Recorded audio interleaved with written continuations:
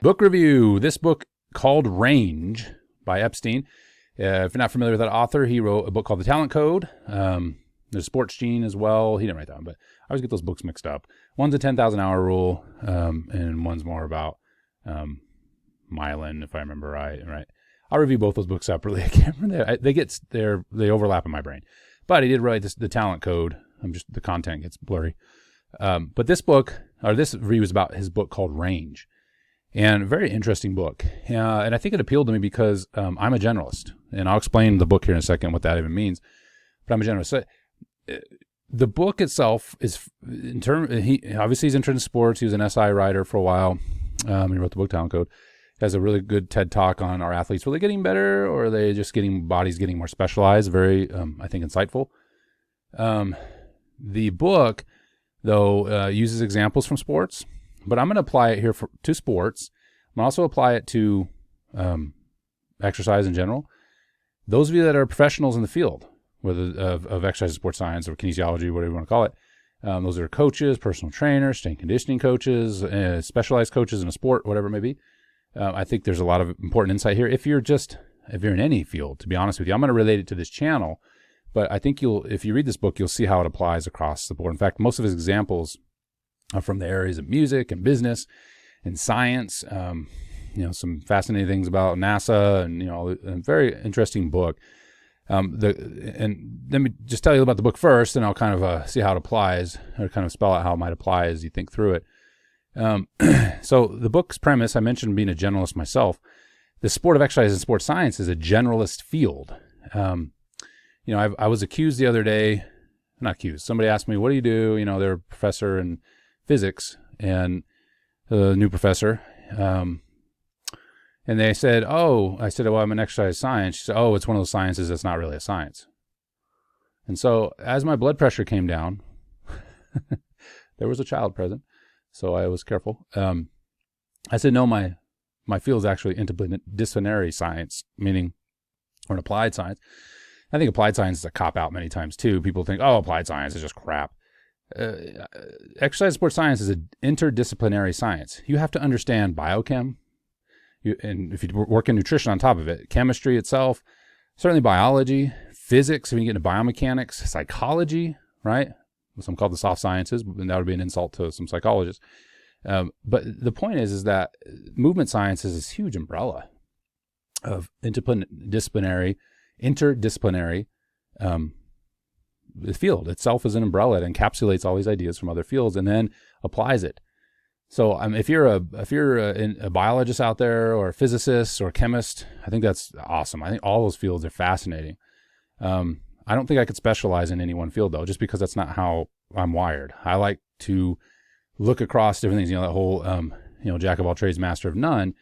That may be true, but if a jack of all trades is still valuable, and so is a specialist. I'm not saying a specialist isn't. So this book, this book compares and contrasts generalists for specialists, and that generalists actually, by and large, are better off in many situations than specialists, or at least when there's a mix. When you talk about teams, a mix of generalists and specialists, that's valuable. So again, I'll pull back into exercise science. As a generalist, I like to know the advances in chemistry or biology related to muscle contraction, or right. I mean, I draw on a specialist knowledge and then put it into the context of other things. I think you see this in modern medicine as a positive and a negative. And a negative is if you go to the endocrinologist who specializes in hormone function, they're going to frame most things that come in the door as an endocrinology issue, when maybe cardiovascular. If you go to the cardiologist, and they, everything's a cardiology issue, right? Or at least cardiopulmonary issue. So I think medicine's doing a better job of this, trying to talk across the disciplines and say, hey, I don't know what this is.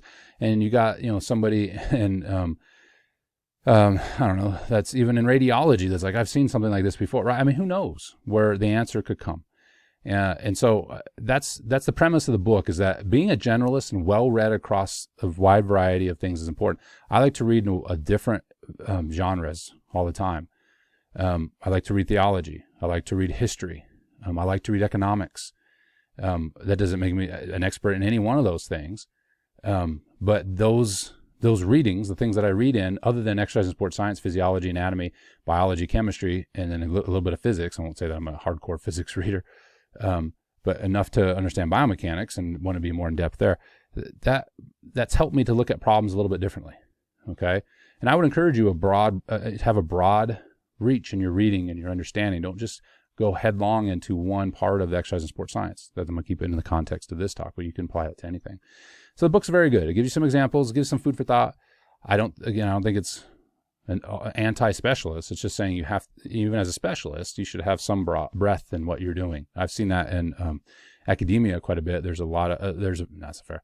Especially in the larger schools, it's easy to get sucked into a particular line of research and not be able to see outside of it, and kind of have blinders on about what some of the answers you're looking for. Well, it's because you're so deep in the tunnel that you don't realize there's somebody next to you that might have an answer in a tunnel as well, but you never get over the top of your tunnel to, you never get out of your tunnel and talk to them and meet halfway in the middle. Maybe it would solve some problems. So let's look at this in terms of number one, just general sports training. This is nothing new. If you look at CrossFitters, this is like CrossFit Gold, right? It's all what the Russians call general preparatory training. And then that special preparatory training later, you might specialize. But the Russian system was all about general preparatory. So maybe doing 40, 50 different exercises, from body weight to whatever. I'm thinking about even a sport like weightlifting. That is very specialized. There's only 2 lifts in the sport. Like it's, quote unquote scored, right? Recorded scores. But they would start in this wide breadth, right? Generalization, right? Multiple movement patterns, different energy systems, and then over time would specialize as they got closer to an important event or whatever it might be. Okay. We still use that today in the West, in a lot of places, the Western world, as what we call periodization. Okay. A periodized approach. All of it, I tell the weightlifters I work with, right? And this goes for anything, but if you build the bottom of the pyramid really wide, then when you get to the top, right, you can make it taller. If your pyramid is really narrow, okay, so the base of your pyramid is really narrow and you're going to try to peak, you're going to be limited. Like that pyramid falls over, right? You want a wide base. This is why, I'm going to use weightlifting example. Getting stronger everywhere and developing some work capacity is going to allow the PR attempts to rise and to allow more consistency among those PR attempts. So it's not like, I just got lucky once and hit this big weight. Well, you're hitting that weight all the time now as repetitions, okay? And that has to be done through generalized training first. I'm huge into that, especially with kids, generalized training. I don't think they need to specialize in their training. I've shifted, now this is just my philosophy, away from barbell squatting athletes under the age of 13. Not because I'm worried about epiphyseal fractures or growth plate fractures or anything like that. I'm not saying that kids can't lift that young. If the goal though is sports training, not barbell sports, but sports training, get stronger, I can get them stronger doing other things besides the barbell. Does that mean I won't use the barbell to teach them how to move better? No. Or teach them how to snatch just as a way to coordinate movement? Or no. But as in terms of really getting them stronger, I can use other means that are a little bit less technical, and I can overload them a little bit more, like a trap bar, okay? Or hex bar, whatever you want to call it. All right. So that's just an example of, with kids or even young athletes, keeping it general. You see this in the long-term athlete development framework. Canada has put out one of the better pamphlets I've seen, at least that you can get for free. The levels of fundamentals, and it's changed a little bit, but fundamentals all the way up to, training to win. Okay. And at each level, the type of practice and the more specialization that starts to occur. And the book, Epstein's book, talks about, Tiger in the beginning, how Tiger was a specialized athlete. And you can always point to a Tiger or somebody and say, well, they specialized early, therefore they're going to be a great athlete. There's 2 things I think the book points out that it's really important. Number one is, and maybe I just made this one up, I don't know, is those are outliers, okay? Athletes that specialize early and succeed long are definitely more outliers than the opposite. So he contrasts in the book Roger Federer and Tiger, who took very different paths. Tiger was hyper-focused and Federer was not in their growth. They both ended up the best players in their respective sports at the same time. And I've seen this in weightlifting where you have a junior champion or a great weightlifter and they pick up some injuries, or they're just mentally burned out from the sport by the time they get to that level that they just don't have anything to do with it. So early specialization there is a bad thing. So when I work with young weightlifters, I'm like, go play other sports, run track. I mean, it's only going to enhance like a track. If you have a weightlifter that wants to sprint, wow, those two things go together like peas and carrots, as Forrest Gump would say. That's a perfect match because you got speed and speed. One's just horizontal, one's just vertical, right? They're going to learn how to coordinate their body in a very quick manner, right? And that's just an example. But even if they did something that is not as related to weightlifting, if they're a great weightlifter, I wouldn't want to run like distance running, but they could do a myriad of field and court sports and reap benefit both ways. Transfer training, learn footwork, learn coordination, build up a more balanced body than just doing weightlifting. And I love weightlifting, but right, that just gives you some perspective. And so that long-term method model could apply there. And is a good way to think about things. Start broad and go narrow. The other point was, and he made it in the book, is the type of sport. So golf is a closed sport, meaning the skill is going to be over and over again. Now you have different clubs and different conditions, right? I understand that. The terrain can change and so forth. I'm horrible at golf. But the swing mechanics, for the most part, okay, for different clubs is the same. And so you can master that. My wife was a Division I softball pitcher. She had to do one thing really, really well. Okay. And she does. I don't play catch with her. She frightens me. Overhand I'm talking about, but she was underhand. I don't want to get my teeth knocked out. And even today, but that's a closed sport. So she practiced to the point where she mastered the mechanics of the movement and the different grips and spin and etc. Whereas an open-ended sport, but what I'm getting is that early specialization can be valuable. Now, here's the thing with my wife, she ended up hurting her shoulder. And so her freshman year in college, she hurt her shoulder. Why? All the reps. Okay. If she had done, and she even talks about missing dances and things like that. And she just loved the sport. But for a lot of young people, that burns them out. Like, I want to go to dance. I want to enjoy my friends. I don't want to be in a tournament every single weekend. Right. And I think we do that to kids now. We need to be really careful with that as parents. If I could get on my soapbox for a second. Just be careful with that. If you want your kids to play long term, right? And so, but that's a closing sport. If you look at a sport that's more open ended, like soccer, football, rugby, right? These sports that have more of a chaos to them, right? You have to read cues, you have to have footwork, tennis, things like that. And this is where Federer comes in, right? Having a myriad of options is a good idea. Options meaning a footwork pattern. So the footwork pattern I got from basketball could apply to soccer, right? And that's a pattern I would never have learned in soccer. Or a coordinative movement that I would never learn by playing soccer all the time. I learned it in basketball with the ball in my hands. You might think, what does that have to do with one another? Well, how you move your upper body can influence how you move your lower body, even without a ball in your hand, right? Some of the best football players, American football players I played with in college, and I didn't play in a big school, okay, but I played with in college and then I was around, were wrestlers. Why? Because they know how to leverage people.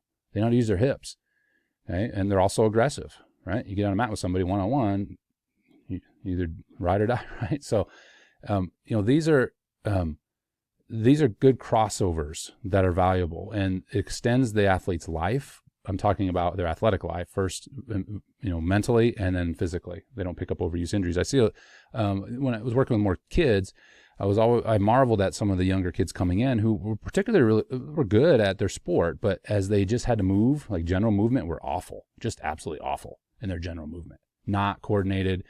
A lot of tightness in certain areas, whether that be hips or ankles, shoulder mobility, and these are kids playing field court sport type of deals, right?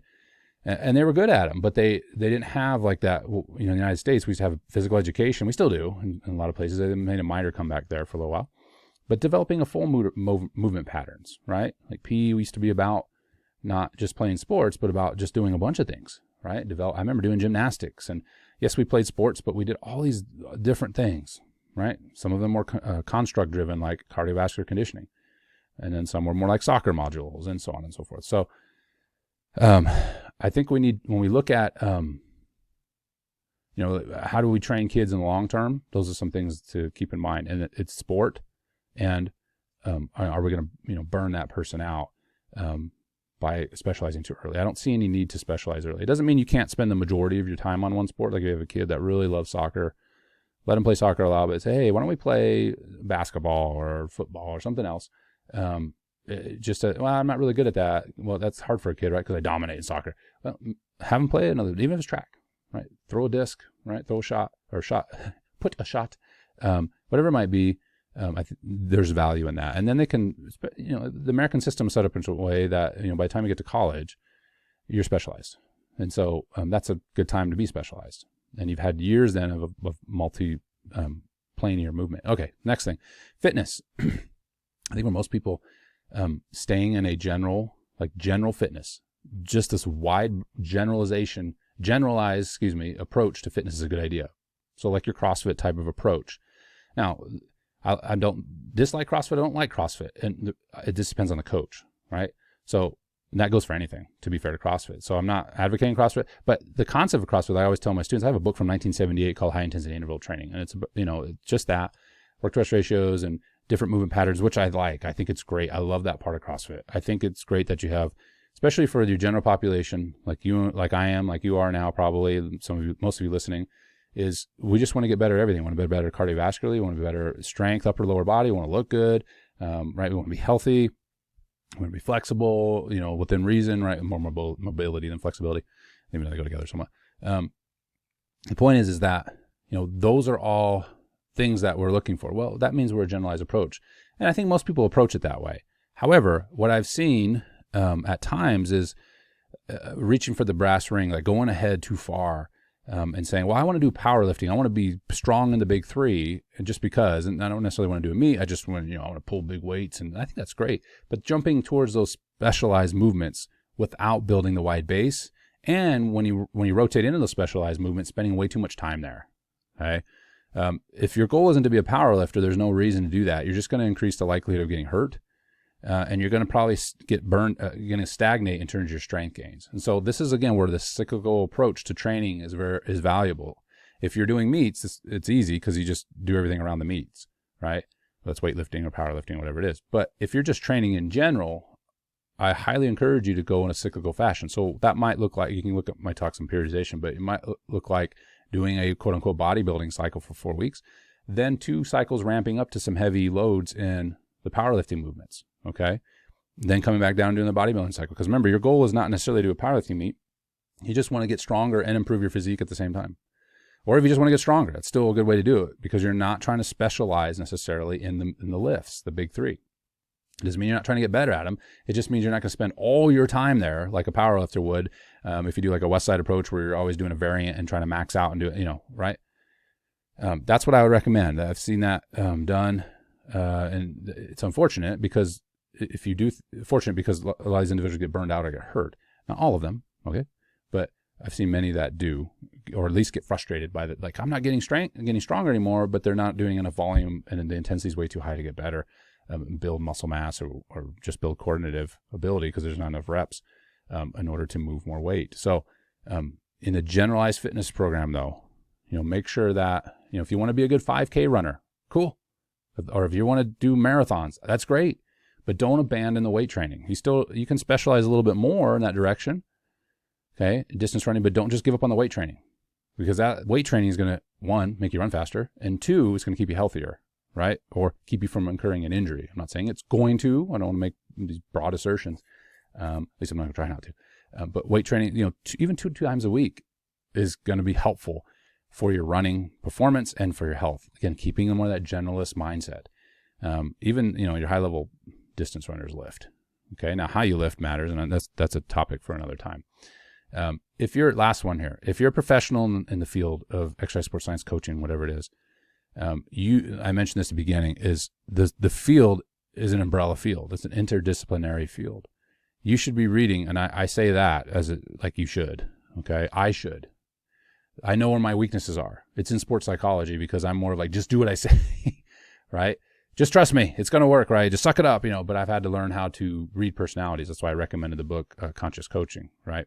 It's a great book for strength conditioning fitness. That's not the only one out there, certainly, but I'm just saying this is an area that I had to work on. So, but as an educator, whether that's an educator as a personal trainer, an educator as a strength conditioning coach, sports performance coach, or a sports specific coach, or a soccer coach, or a junior high basketball coach, whatever, you should continue to read in the different areas that are in the umbrella of our field, which includes psychology, biology, physiology, chemistry, and physics. Doesn't mean you have to pick up like a textbook in chemistry, but you look at books that are related to the field in some way, that take an angle that's maybe a little bit more of a specialist angle, right? So pick up a book at chemistry related to exercise, right? There's a great primer book on biochem, for example. It's an easier read.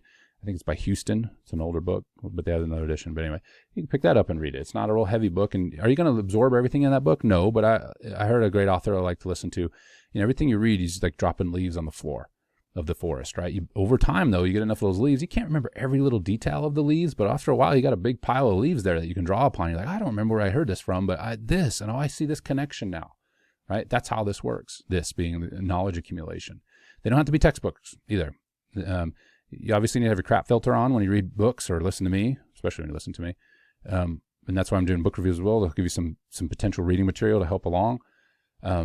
But read them and think about then how you're kind of putting all this together. If you do things like this being reading a breadth of knowledge related to the field, even outside of the field, right? I've learned things from reading books on great economists or like Thomas Sowell and these other books that are fantastic books to read and think about. And if anything, it's a logic challenge. Like, am I really thinking about stuff? I can apply that to what I do when I work with athletes. Okay. So I would encourage broad reading outside of the field, but certainly within the field, you should be reading or taking in seminars that maybe are a little bit outside of what you normally do, and see if you can pull in new ideas into your professional work. I think that's extraordinarily valuable, and you see people that do that succeed. Not everybody, but the people that do integrate things well. Don't give up if you're like, I only read this couple books and I'm not seeing the benefit. Well, this is accumulated effect, right? You got to drop leaves on the forest floor in order to build the forest floor up to the point where you really start to see a difference. So, I just again encourage you as a professional in this field to stay a generalist in your knowledge accumulation. You could specialize then in whatever you do, but you're going to find then that you've broadened the bottom of the pyramid now, and your performance as a coach, as a trainer, whatever it is going to be better. I highly recommend this book, Janice. I'm sorry I got on a tangent. I was just trying to say why this book was valuable and why to talk about it on my channel here. Easy read, not that long of a read. I listen to most of the books that I have. Easy listen, fascinating stories, an engaging book, just like his other books. He has another one too I haven't read yet. Maybe a couple other ones, I don't know, but maybe I'll get to those eventually. But that book pulls you in. Again, good examples, good food for thought, and hopefully it'll compel you and encourage you to read across many disciplines. All right, if you haven't already subscribed to this channel, leave a thumbs up if you like this video. Maybe even notice about, what do they say, smack the bell for more notifications, right? So please do. A lot of videos at this point, and I can say that comfortably, on a variety of topics, book reviews, journal club reviews, topical things, right? Not topical ointments, but topical, videos. There's even a rant or two, instructional videos. I'm trying to put out as many videos as I can as I have time. Hopefully you're enjoying them, and I'll see you in the next one.